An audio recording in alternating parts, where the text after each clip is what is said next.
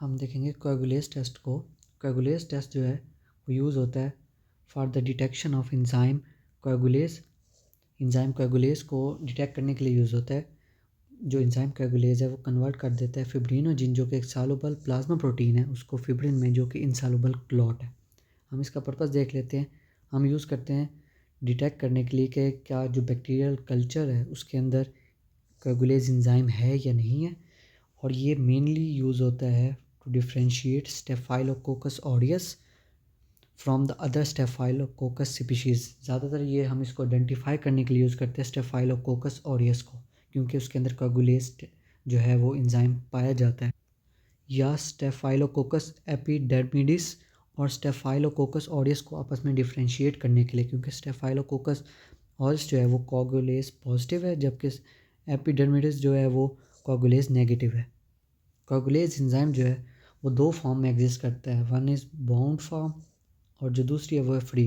जो bound form है उसको डिटेक्ट करने के लिए हम यूज़ करते हैं स्लाइड कोएगुलेज टेस्ट, और जो फ्री फॉर्म है उसके लिए हम यूज़ करते हैं ट्यूब कोएगुलेज टेस्ट। हम देख लेते हैं टाइप्स ऑफ कोएगुलेज टेस्ट। जो पहली टाइप है वो है स्लाइड टेस्ट। जो स्लाइड टेस्ट है वो यूज़ होता है for detection of bound coagulase. Bound coagulase को हम क्लम्पिंग को फैक्टर भी कहते हैं। ये ज़्यादातर जो है ये सेल सरफेस के साथ अटैच होता है, ठीक है। ये फ़ौरन डायरेक्ट रिएक्ट करता है विद द फिब्रिनोजिन और कन्वर्ट कर देता है उसको फिब्रिन के अंदर। इस पिक्चर में हमें नज़र भी आ रहा है कि ये नेगेटिव है और ये पॉजिटिव है। इसमें जो है इनसॉल्युबल फिब्रिन जो है वो प्रोड्यूस हुई है, बन गई है। आगे हम देख लेते हैं इसका प्रोसीजर क्या है।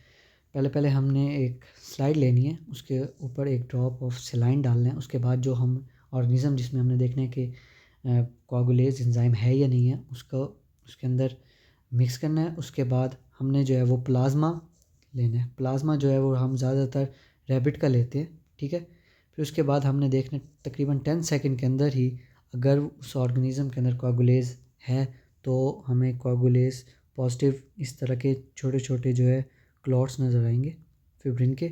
और अगर वो कोएगुलेज नेगेटिव है तो ये जिस तरह इसमें सिर्फ प्लाज्मा ही नज़र आ रहा है।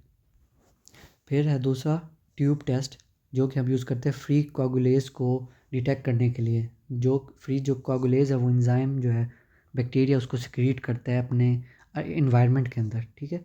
ये बाउंड कोएगुलेज की तरह डायरेक्ट जो है फिब्रिनोजिन को फिब्रिन में कन्वर्ट नहीं करता, बल्कि ये कम्प्लेक्स बनाता है पहले with the coagulase reacting factor CRF, और फिर ये एक्टिवेट कर देता है प्रोथ्रोम्बिन को, जो कि कन्वर्ट करता है फिब्रिनोजिन को फिब्रिन के अंदर, जिसकी वजह से क्लॉट बनता है। हम इसका प्रोसेस देख लेते हैं। पहले हमने 0.5 ml जो है वो प्लाज्मा लेना है टेस्ट ट्यूब में, ठीक है। उसके बाद हमने ऑर्गेनिज्म डालना है, और तकरीबन इस टेस्ट को परफॉर्म करने के लिए हमें तकरीबन 4 घंटे चाहिए, या ज़्यादा टाइम भी लग सकता है। तो ये बहुत ज़्यादा टाइम लेता है टेस्ट। और जब अगर पॉजिटिव है तो हमें उसके अंदर ये क्लॉट नज़र आ रहा है, और ये जो है ये नेगेटिव है। ये जो है ये क्लॉट बन गई, इसकी वजह से जो ट्यूब है वो अगर हम उसको टिल्ट करेंगे तो उसमें कोई फ़्लो नहीं होगा, और ये क्योंकि क्लॉट नहीं बना तो ये फ़्लो करेगी। अच्छा, फिर उसके बाद हम देख लेते हैं अगर कोएगुलेज पॉजिटिव आया है तो इसका मतलब ये है कि स्टेफाइलोकोकस ऑरियस है, और अगर नेगेटिव आया है तो इसका मतलब ये है कि स्टेफाइलोकोकस की जो है वो दूसरी स्पीशीज़ है, स्टेफाइलोकोकस ऑरियस नहीं है। अच्छा, इसकी लिमिटेशन है, हो सकता है कि ऑर्गेनिज्म जो है वो बहुत ज़्यादा कोएगुलेज एंजाइम जो है वो प्रोड्यूस नहीं कर रहा। और उसके अलावा जो स्लाइड टेस्ट है, अगर वो नेगेटिव आ गया है तो फिर भी हमें कंफर्मेशन के लिए उसके बाद हमें ट्यूब टेस्ट करना पड़ता है, क्योंकि ट्यूब टेस्ट जो है वो ज़्यादा बेटर कंसीडर किया जाता है as compared to slide test.